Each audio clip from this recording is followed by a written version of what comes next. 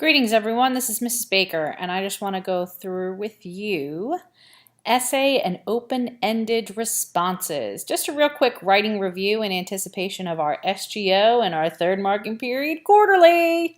So all writing has the same basic structure. It has an introduction that presents the main idea. It has a thesis statement, a body, the middle, that elaborates and explains, provides examples, includes cited textual evidence and quotes, and then wraps it all up with a conclusion.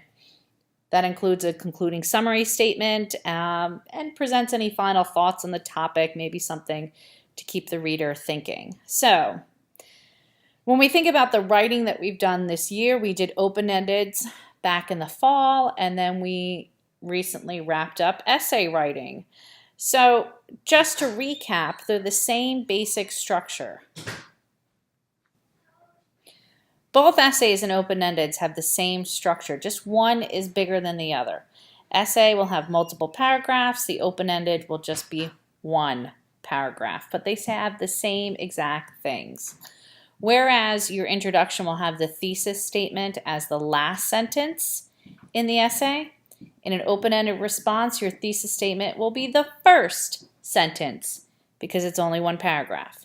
Your body will have examples, evidence, and citations in your body paragraphs, but in an open-ended, it will just be sentences that elaborate and provide examples and cited quotes and paraphrased information. And then you'll wrap it all up with a conclusion. In the essay, it's a full paragraph that includes the concluding statement and the final thought. Whereas in the open-ended, you can just end with your concluding summary statement. So a good acronym to think about and use is THRAX. Here we go. Thesis, TH. Restate parts of the question.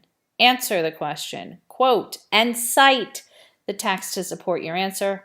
Elaborate and explain and summarize your main points using that concluding transition. Your thesis and concluding summary statements are the same exact sentence, just reworded slightly. You have your topic, you present your opinion, and some sort of reasoning.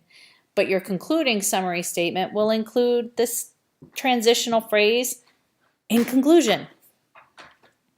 To help you answer the prompt, there's a bunch of items listed off here to the side that I want you to consider.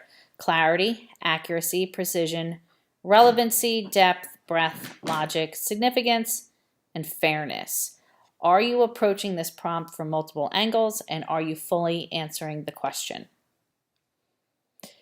Some sentence patterns to use are listed here for including quotations in your writing, and the link is in the slide deck to go to the document that has even more sentence patterns for you. But you need to make sure that you are citing information from the text to answer the question. To review in-text citations, you will need to directly quote the source. You need to introduce the quote, provide a context for the quote, include the quoted words, and then a citation at the end of the sentence. So to review, you introduce the quote, quote it, citation. And this citation would include the author's last name and the page number, all within parentheses. So your SGO, your quarterly, you will be reading 4 articles on the subject of bullying. You will write an open-ended response, so that's one big monster paragraph that answers the question, and you will need to quote and cite information from the articles to support your answer. The scoring rubric looks like this. And to do well on this SGO, you will need to do the following. You'll have to, of course, answer the prompt and write well, but you will need to quote and cite from at least 2 of the articles to support your answer. If you have any questions, please message me in Edmodo.